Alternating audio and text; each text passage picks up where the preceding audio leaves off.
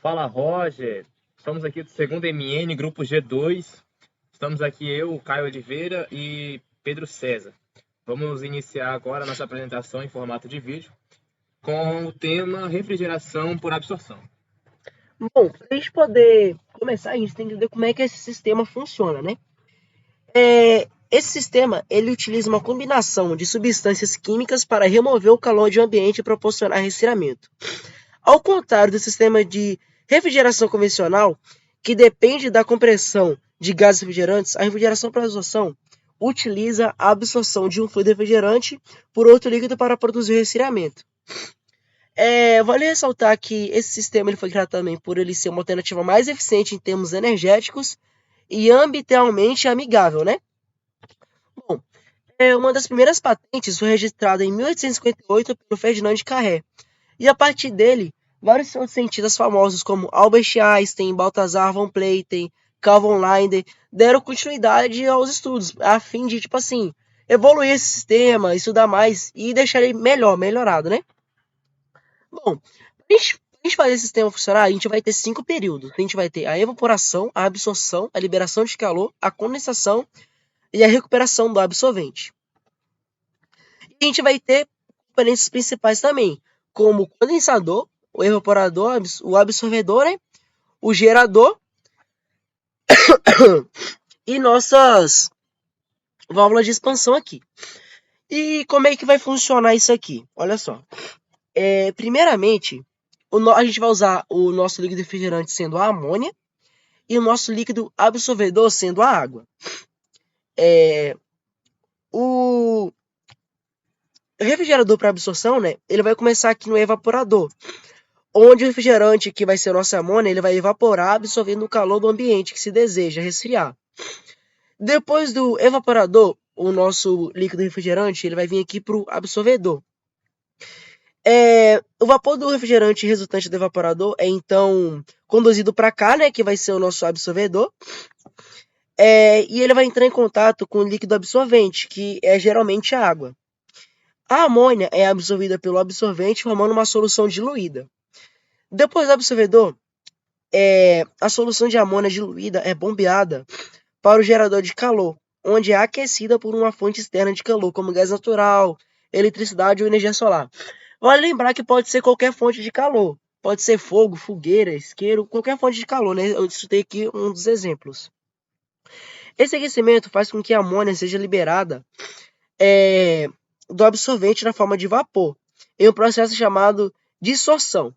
Depois do gerador, o vapor da amônia resultante do gerador de calor é direcionado para o condensador, onde é resfriado. O condensador, onde, tipo assim, opa, o que vai acontecer aqui? Como é o líquido refrigerante aqui, para ele sofrer a dissociação do líquido absorvedor, ele tem que receber o calor. Então ele vai vir aqui para o condensador, onde ele vai liberar esse calor no ambiente. Após isso, a gente vai ter uma bomba de solução, que fica aqui, no 6. A bomba de solução, ela vai pegar o líquido absorvedor que ficou aqui e vai jogar para o absorvedor. E como é que vai funcionar isso aqui? Como o nosso líquido refrigerante ele já veio para cá para o nosso condensador, aqui ficou o nosso líquido absorvedor. Aqui vai ter uma bomba que vai jogar para o absorvedor. Só que antes de passar para cá, ele vai passar pelo nosso dispositivo de expansão e vai vir para cá e vai funcionar a mesma coisa para o nosso líquido refrigerante. Ele está aqui no condensador jogando o calor dele para o ambiente. Depois ele vai vir para cá para o nosso dispositivo de expansão e vai para o evaporador de novo, assim gerando um ciclo fechado, né? Bom, como eu disse, a gente usou ali a amônia e a água como exemplo, mas a gente pode ter outros fluidos, como a água e o brometo de lítio e o metanol e a água. A amônia e a água, elas são os fluidos que têm mais poder, digamos assim. São geralmente usados em indústrias porque eles costumam, eles trabalham em temperaturas geralmente abaixo de zero. Enquanto a água e o brometo de lítio e o metanol, não. Tanto que a água e o brometo de lítio é geralmente usado em ar-condicionado ou em residências, esse tipo de coisa, né? Bom, como os componentes principais já foram citados pelo Pedro César, eu vou estar citando aqui apenas dois componentes secundários, que são eles o tanque de solução e as válvulas de controle. Em relação aos tanques de solução, eles são basicamente para armazenar o fluido ali, seja ele o absorvente ou seja ele o fluido refrigerante. Justamente esse fluido vai ser armazenado nesse tanque de solução para fazer ali uma manutenção no sistema em que o sistema não está funcionando. Ou seja, quando esse sistema der algum defeito, para reutilizar esses fluidos, né, para o fluido não ser descartado, é usado esse tanque para armazená-los e logo em seguida ele ser injetado de novo no sistema. Temos também as válvulas de controle, e essas válvulas são basicamente para regular o fluxo, em que se você tiver um fluxo de fluido muito alto ou uma refrigeração... Se você tiver um fluxo muito alto de fluido, essas válvulas vão servir para você fazer essa regulagem, seja para você aumentar a quantidade de fluido no sistema, seja para você diminuir a quantidade de fluido.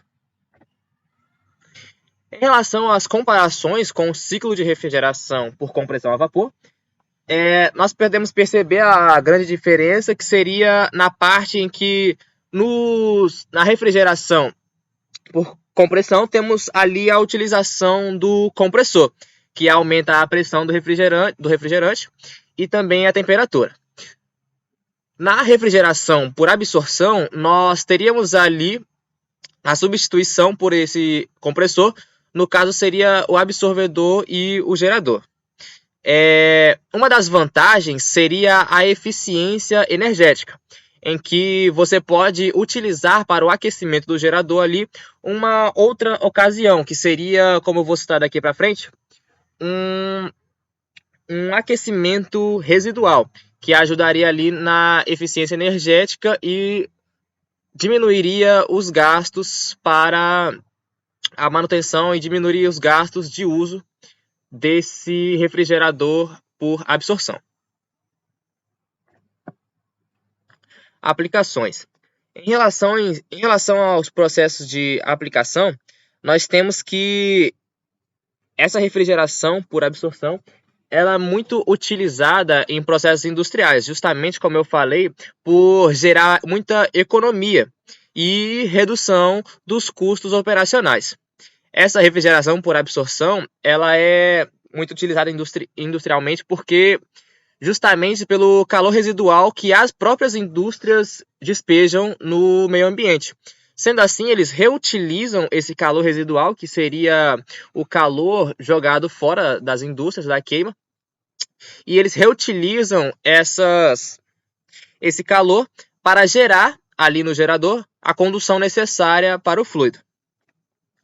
Temos também a refrigeração movida por energia solar, que, como eu falei, também é acionada por que vai gerar ali uma certa economia, porque você vai estar utilizando, ao invés de uma energia elétrica, você estará ali utilizando e tendo este meio viável para a sua refrigeração, a energia solar.